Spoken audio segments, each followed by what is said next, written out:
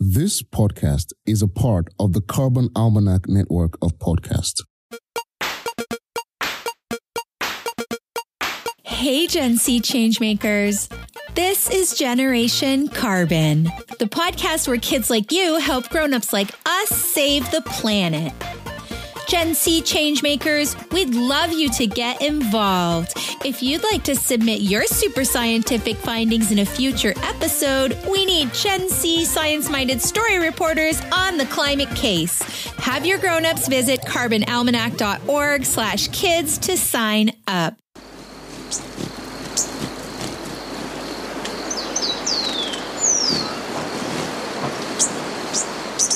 Yes, I did it! Holly Hummingbird is back! What a journey! I've flown all the way from Mexico. Now I'm looking forward to spending the summer here. This must be the correct place. No doubt. Huh? But this place looks very different. Not at all like last year. I am a bird and an expert navigator. Impossible that I am wrong. So something must be wrong with this place. Hi, Holly Hummingbird. Good to see you again. I was looking forward to meeting you after your winter stay in Mexico. How was it? Nice and warm? You look exhausted. You must be tired after your long migration. Good to see you again, too. Holly Hummingbird approaching final destination. Journey from Mexico completed in 3 days with refilling stops, 2 naps. Total flight time was 44 hours, as expected, given good flight conditions. Light headwind at times. Yes, I'm tired and hungry indeed. I was so looking forward to sipping some of the delicious nectar of the crab apple tree that is supposed to stand exactly over there. But it seems the tree has migrated too.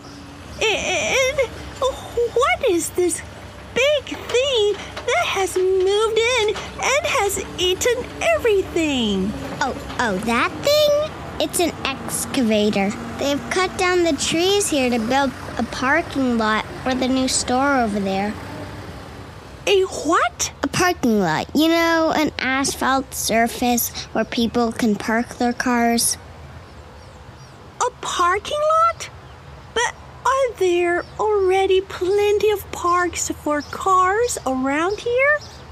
I prefer the parks for trees and flowers. Who can live in a park for cars or eat there? I am starving. Oh, Holly, let me get you some sugar water. You must be thirsty, as well in this heat. Spencer Sparrow, look who's back. Holly Hummingbird has arrived from Mexico. I'm getting her some sugar water. I'll be right back. Holla, Holly, you're back. Right on time and at the right place. You can really count on us birds. But you look sad. What's the matter? Spencer Sparrow. Yes, I am sad. When I left last year, there were plenty of trees over there where this big yellow thing is now digging holes in the dirt. I was looking forward to eating the nectar from my favorite crabapple tree. Build a home for my family in its branches. It used to be a great place to raise kids. But now the trees are all gone. The ground is dry and dusty.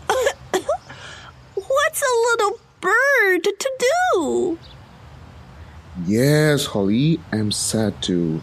I too used to like that park with its trees, so peaceful and quiet with plenty of seeds from trees and yummy bugs to eat.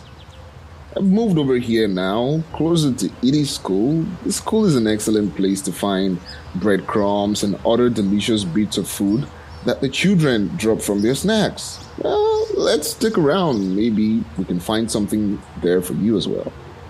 Thank you, Spencer. But now I'm really thirsty for some nectar. Look here, Holly. I made you some sugar water. It's all fresh and clear and tastes almost as good as nectar. Ah, this was refreshing. Thank you, Edie. I can slowly feel my strength return now. This was really delicious. How did you learn to cook so well? Thanks, Holly. I'm glad you liked it. We have been learning a lot about birds at school. Our teacher, Mr. Glick, is an expert on birds. He has taught our class about the type of environment that birds need to be able to nest and find food. He has also started a project where we help make the community garden a safe place for birds. That sounds amazing. Maybe Mr. Glee can share with our listeners what they can do to help birds in their schools or at home. Today's Science Sparks are from Alani in Alexandria, Virginia, and Ellie and Leo, both from Luton, Pennsylvania. Hi, this is Ellie.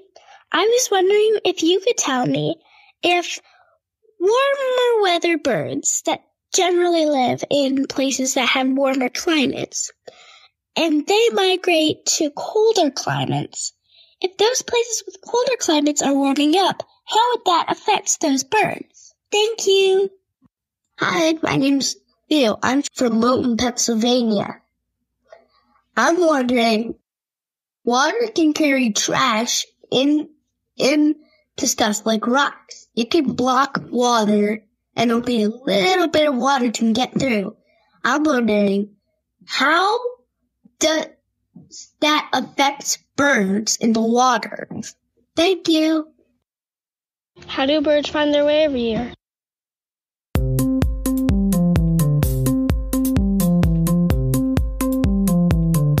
Hi, I'm DJ Glick, and I grew up with a father who loved wild birds. Some of my most early and vivid memories are of traipsing behind him through the woods or sloshing through the cypress swamp in search of these wonderful creatures. He gifted me with his passion for wild birds, and it has stuck with me my entire life. Now, I get to share some of what I have learned with you. I get to answer your questions about wild birds.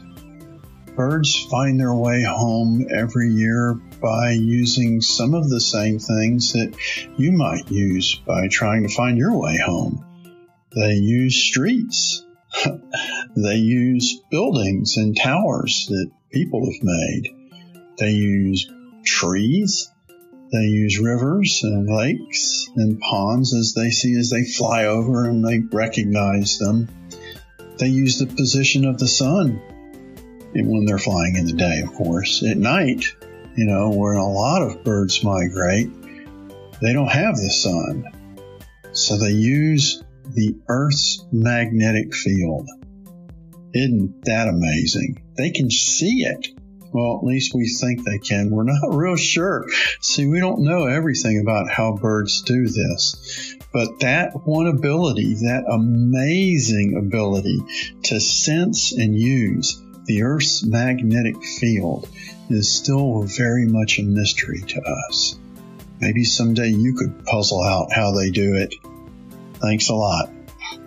Thanks for this, Alani. Hi, Ellie. One of the reasons that we know that the Earth is warming for sure is because of these tropical birds that you're asking about. These birds move from warmer climates to cooler climates, and we've noticed that they're having to leave earlier. they're actually having to change their migration pattern because of the warming of the earth.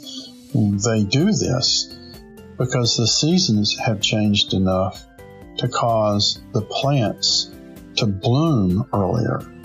And our tropical birds need to be around these plants when they bloom because of all the insects that they attract. And they eat these insects, so they need to be there when that happens. Amazing how these birds have been able to adapt to that. I just hope that they're going to be able to continue to do so. Thanks for this question. Hi, Leo. You're right. Trash in the water can really be a problem. Birds can sometimes mistake bits of colorful plastic for food, and that causes many birds harm. Some birds even have taken to using plastic for making nests with. Sounds pretty harmless, right? Could be colorful. I've seen it myself. But plastics don't act like natural materials, and they can get in the way of babies being able to leave the nest, or even being able to pick up some food that parents have brought in. So yeah, you're right. Plastic's a problem. And now for a submission from our super scientific story reporters, Emma and Eric from Stockholm, Sweden. Hi, my name is Emma. And I'm Eric, and we're from Stockholm, Sweden. Now that people are buying electric cars, we need more electricity than ever. One way to get clean electricity is from wind power. Unfortunately, wind turbines can hurt and even kill birds, especially migrating birds and large birds such as eagles. But there is a great way to protect birds from being hurt by wind turbines, and that's radar. Yes, the same radars used for weather forecasts. Those radar images are so detailed, you can actually see birds on them. How does seeing birds on a radar help birds? First, before building a wind park, you can check the radar images and choose an area where there aren't usually many birds. And second, when it is migration season for birds, wind park operators can check the radar images, and when large flocks of birds are approaching, they can stop the wind turbines until the birds have passed. This is very cool. So we can charge our cars and run our video games on clean electricity without harming birds. And here's a small joke. One wind turbine turned to the other and said, "What kind of music do you like?" The other wind turbine responded saying, "I'm a huge metal fan."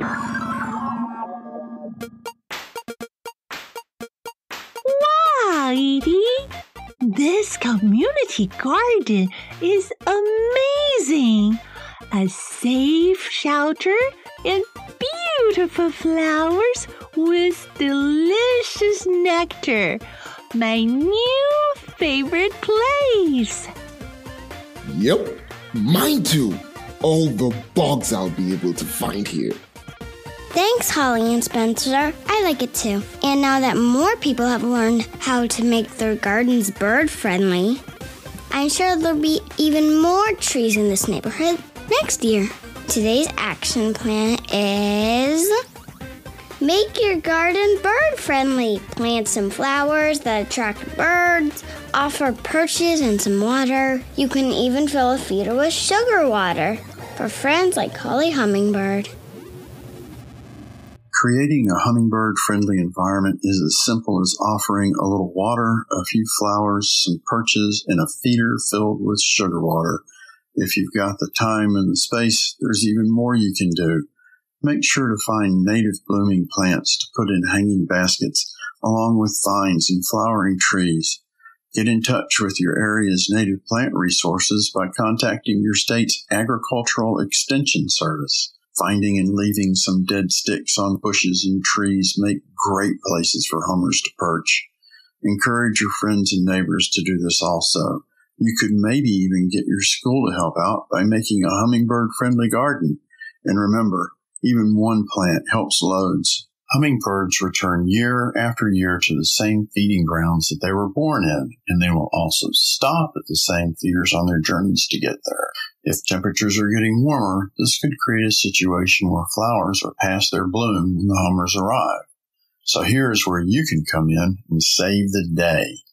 Hang your feeders 2 weeks before the hummer's normal estimated arrival time in your area. And also remember that our little friends migrate twice in 1 year, flying north in the spring and south in the fall. Contact your local or state Audubon Society at www.audubon.org to find out these times and meet other hummingbird lovers.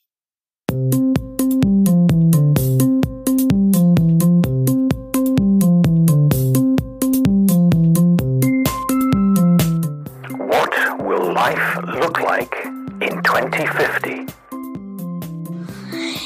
Hello, my name is Hannah and I live in Boulder, Colorado. I am 5.5. Pick up trash around the world and not use a lot of paper towels because they're from trees.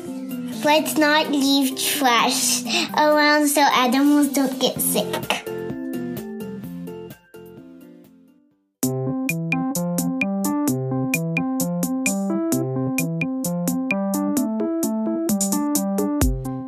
Thanks this week to Alani, Ellie, and Leo for their science sparks, and to Emma and Eric for their super scientific story reporting.